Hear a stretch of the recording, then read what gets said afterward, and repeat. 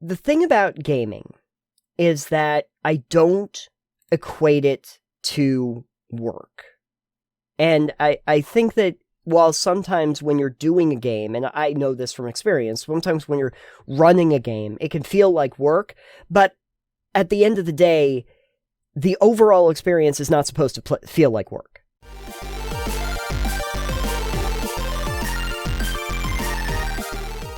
Alex, I ran across an article a little while ago. Why did you run an article over? Because it needed to be taught a lesson. No. Perfect. Fair enough. This is kind of a weird one. And I don't want to go over the whole thing because there's like 13 things in this, and I don't really want to go over them point by point. But I ran across this article that was based on another article.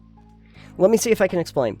So, back in 2013, we're going way back, Forbes did an article that got pretty popular, apparently, called Mentally Strong People, the 13 Things They Avoid, written by Cheryl Connor, who is now a former contributor. She's a licensed clinical social worker and a writer, and she put these 13 things together of stuff that you should avoid if you are going to be mentally strong. Now, on its face, that has absolutely nothing to do with gaming. Except that then Role-Playing Tips saw that and modified it to Mentally Strong GMs and 13 Things They Avoid. And so what I wanted to do is just give you like the first two examples to compare and contrast to see if this even makes sense as an adaptation in its own regard. So sure. So I'll do number one, the first point, and I'll read you from the Forbes article, and then I will read you the version that they had for Role-Playing Tips. So, sure. So number one in Forbes was waste time feeling sorry for themselves. Okay, so you don't see mentally strong people feeling sorry for their circumstances or dwelling on the way they've been mistreated. They have learned to take responsibility for their actions and outcomes, and they have an inherent understanding of the fact that frequently life is not fair. They are able to emerge from trying circumstances with self-awareness and gratitude for the lessons learned. When a situation turns out badly, they respond with phrases such as, "oh well," or perhaps simply, "next." I don't know if I know a lot of mentally strong people, come to think of it now that I'm... You don't know many CEOs, do you? Do you think CEOs do that? I don't know. I don't see a lot of CEOs that say, "oh well," or "next." I see a lot of them that need to tweet relentlessly about everybody. But anyway, so the Role-Playing Tips version of this is wasting time feeling sorry for ourselves. Mentally strong GMs don't get stuck in the mud feeling bad about a bad game session or something that went wrong at the table. I don't think they know many GMs. Anyway, everyone has an off night. Successful GMs take responsibility for what we do wrong, or didn't do as well as we could have. We then take steps to prevent it from happening again. We learn from our mistakes and reach for those dice. Okay, does this make sense as something to adapt from... It's a little weird. Yeah. That's what I was getting. Let's just rewrite this thing. They wrote this. Let's rewrite it about games instead, though. Right. I feel like it's trying to be like motivational. I guess so. I guess my one big problem is, first of all, I do have a little bit of like an iffy quality about the even original Forbes article. If these tips, like, I suppose that if you're just looking at people that are mentally strong or are able to, deal with circumstances and have the emotional quotient necessary to handle different kinds of situations, these are probably things that you wouldn't want to fall into. But this is for CEOs, right? I think it's for CEOs. Or whatever the article's about. Well, aren't a lot of like CEOs actually like psychopaths? Yes, that was what American Psycho was all about. Did you not know that? Yeah, no, Patrick no. I Bateman mean, like was... they Oh, yes, not no, like I a know what you're murderer talking about. psychopath, but like psychopathic. Yes, I think they've done Is that the studies one on I'm that. thinking of? Maybe, yeah. It's the Patrick Bateman who they all idolize, I think. Maybe. The title of this article, for going back to the Forbes, is, they start out by saying, in the introduction, for all the time executives spend concerned about physical strength and health, when it comes down to it, mental strength can mean even more. Particularly for entrepreneurs, numerous articles talk about critical characteristics of mental strength: tenacity, grit, optimism, and an unfailing ability, as Forbes contributor David Williams says, to fail up. So, yeah, this is targeted specifically to executives, and they're kind of trying to modify it so that the GMs are the essentially executive that is running not the company, but the game, and how that translates. I don't know. I feel like a lot of executives like that are some kind of sociopath or something. Well, see, they needed to read. Been a while. They needed At to me if I'm read. wrong. Listen, they needed to read these articles to understand how to be mentally strong, Alex. The second one, though, I think is prescient here, which is give away their power. Mentally strong people avoid giving others the power to make them feel inferior or bad. They understand they are in control of their actions and emotions. They know their strength is in their ability to manage the way they respond. Now, the sociopaths. Yeah, exactly. Yeah, that's one of those, like, control freak. Okay. The role-playing tips version of this is giving away our power. This one has to do with interacting with others, namely our players. Sometimes tempers flare. Some players can be pushy or quote rules at you like they are song lyrics to try and prove you wrong. Sometimes we are wrong. If that's the case, see number 1 above. Admit it, fix it, and move on. But sometimes we're right. And it's not a case of right or wrong at all. A mentally strong GM does not give other people power to make us feel inferior or bad.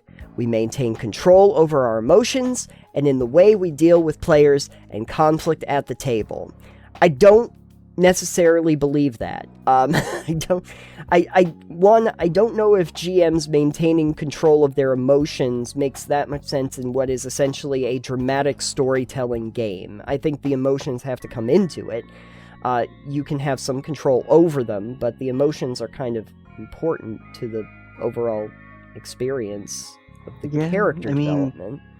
I mean, you're not the one playing a character typically as a GM, but you're playing a lot of characters. You're playing all the characters, not like one specifically. So, like, I feel like, right. I don't know. It's weird. I don't think you should be detached as a GM. Right, and I wouldn't want you to be combative as a GM either. Yeah. Like, no, it's my word or nothing. Or I've had GMs like that. Yeah.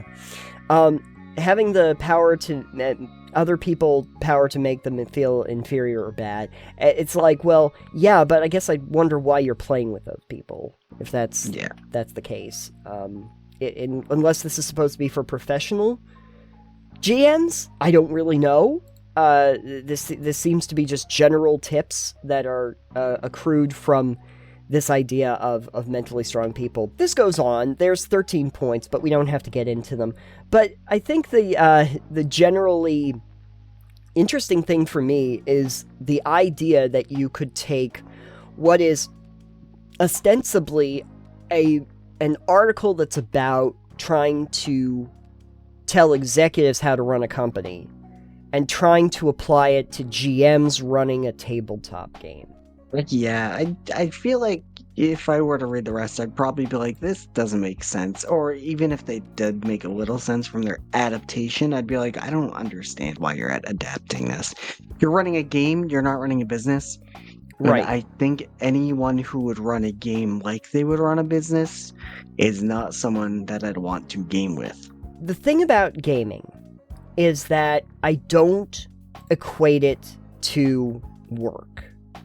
And I think that while sometimes when you're doing a game, and I know this from experience, sometimes when you're running a game, it can feel like work, but at the end of the day, the overall experience is not supposed to feel like work. And so applying these ideas as if they are useful in a tabletop setting, I don't think really works the same way. Maybe based on what kind of experience you're looking for. If you're doing a professional sort of game, if you're doing a live play, if you're a Critical Role or something, maybe this would make sense because it's kind of a business itself, or you're thinking of it as a business. But I think the reason why a lot of those live plays are successful is because they never feel like a business. They never feel like an executive board that's coming together to, make a product. It's not like that. It's still a game. It's still a storytelling experience. And that's a different set of skills.